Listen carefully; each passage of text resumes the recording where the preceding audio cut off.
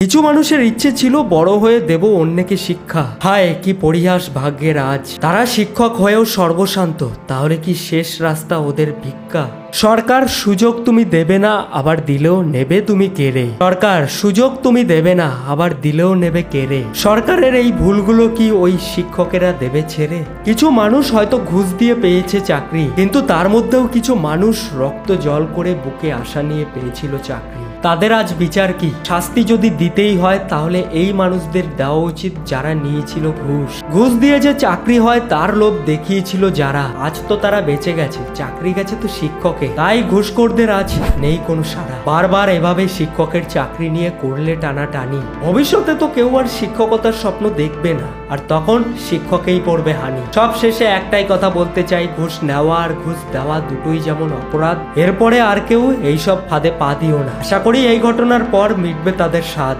আর যারা সৎ পথে মানুষকে শিক্ষা দিয়ে গড়তে চেয়েছিল তাদের ভবিষ্যৎ, আজ তাদের জীবনটাই নষ্ট হলো হয়তো, যদি না থাকতো এরকম কিছু অসৎ।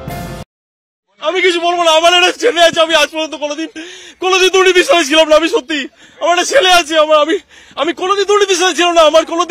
আমি কোনোদিন আজ পর্যন্ত আমার ক্যারিয়ারের জীবনে যত সততার সাথে আমার একাডেমিক মার্কস অনেক খেটেছি, জীবনটা সারা জীবনের পরিশ্রম। জীবনে আমি প্রথমবার দেখলাম এত শিক্ষক শিক্ষিকাকে চোখের জল ফেলতে। বন্ধুরা একটা কথা জানো তো, বাংলায় শিক্ষিত অশিক্ষিত ভ্যান চালক বা রিক্সা চালক বা আইসক্রিম আলা যারাই আছে, প্রতিটা মানুষ কিন্তু একটা জিনিস জানে যে বাংলায় চাকরির অবস্থাটা কি।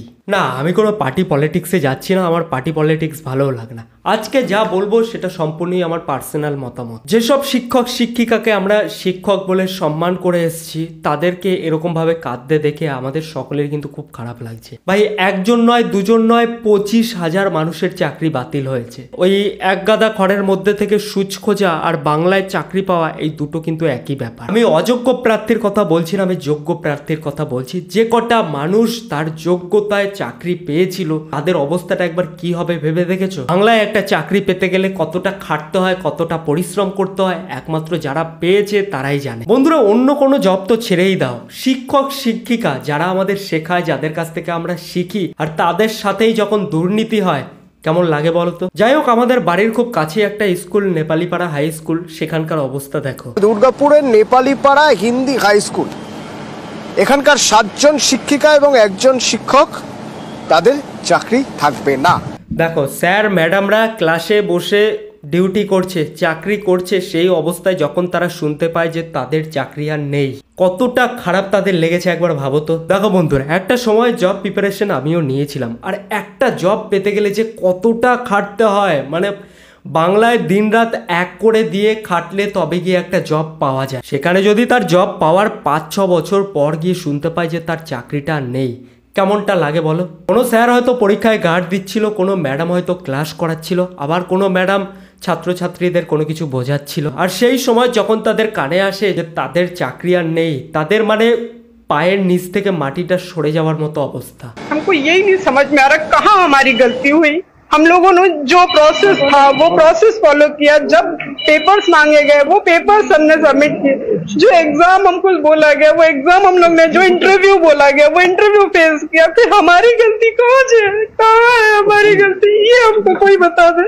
সত্যি বন্ধুরা, মানে ভিডিওগুলো আর দেখা যাচ্ছে না। সত্যি বন্ধুরা, স্যার ম্যাডামদের এরকম কান্না এর আগে আমি আমার জীবনে কখনো দেখিনি। 25,000 যারা চাকরি হারা হয়েছে তারা কিন্তু সবাই অযোগ্য ছিল না, কিছু যোগ্যও ছিল। 6 বছর চাকরি করার পর যদি তাদের চাকরি হারিয়ে যায়, তারা এখন কি করবে? অ্যাকচুয়ালি এই সিস্টেম দেখে না বন্ধুরা, এর পরে যারা পড়াশুনো করবে চাকরির জন্য, তাদেরও কিন্তু মনোবল এই চাকরির ক্ষেত্রে হারিয়ে যাবে। একটা কথা ভাবো, একটা মানুষ যখন চাকরি পায় তাদের উপরে কিন্তু পুরো ফ্যামিলিটা ডিপেন্ড করে, বাবা মা থেকে শুরু করে ছেলে মেয়ে বউ, এমনকি অনেক চাকরি করা মানুষ আছে যারা কিন্তু লোন নিয়ে বাড়িঘর বা অন্য কিছু করে। তাদের যদি এই চাকরি থেকে ছাঁটাই করে দেওয়া হয়, তাদের অবস্থাটা একবার কি হবে ভেবে দেখেছো? আমি আবারও বলছি, আমি কিন্তু অযোগ্য নয়, আমি যোগ্য প্রার্থীদের কথা বলছি।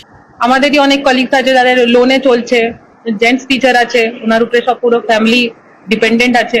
আমার বলতে খুব খারাপ লাগছে, তো আমি চাকরি হারা শিক্ষক শিক্ষিকাদের একটা কথাই বলবো, চাকরি গেছে তো কি হয়েছে, রাজ্যে চপ শিল্প তো রয়েছে। এখানে তো নতুন করে পরীক্ষা দেওয়ার প্রশ্ন আসছে কেন? আমি 10 বছর আগে একটা পরীক্ষা দিয়েছিলাম, সেই আজকে তখন আমি পরীক্ষায় পাস করেছিলাম, কিন্তু আমি এখন পরীক্ষা দিলে এই পরীক্ষাটায় পাস করব তার গ্যারান্টি কি আমি দিতে পারবো? আপনি দিতে পারবেন? আপনি যে পরীক্ষাটা 10 বছর আগে পাস করেছিলেন আপনি নিজে জানেন এখন দিলে সেই মার্কস পাবেন কিনা।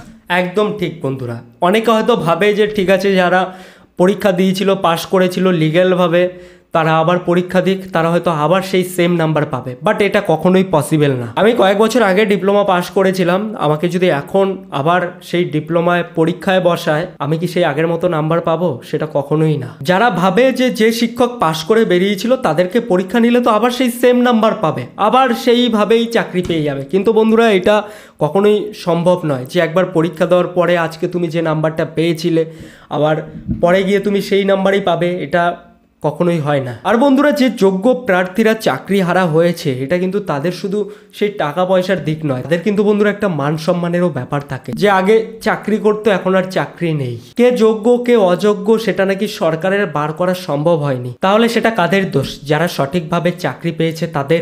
যারা পড়াশুনো করছো তাদের জন্যে আমার যদিও বলা এটা ঠিক নয়, তাও আমার বলতে ইচ্ছে হচ্ছে, পড়াশুনো করে কোনো লাভ নেই বাংলায়।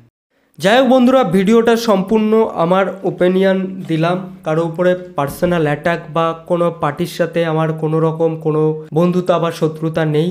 ভিডিওটা কেমন হয়েছে তোমরা কমেন্ট বক্সে জানাবে, আর ভিডিওটা পারলে একটু শেয়ার করো।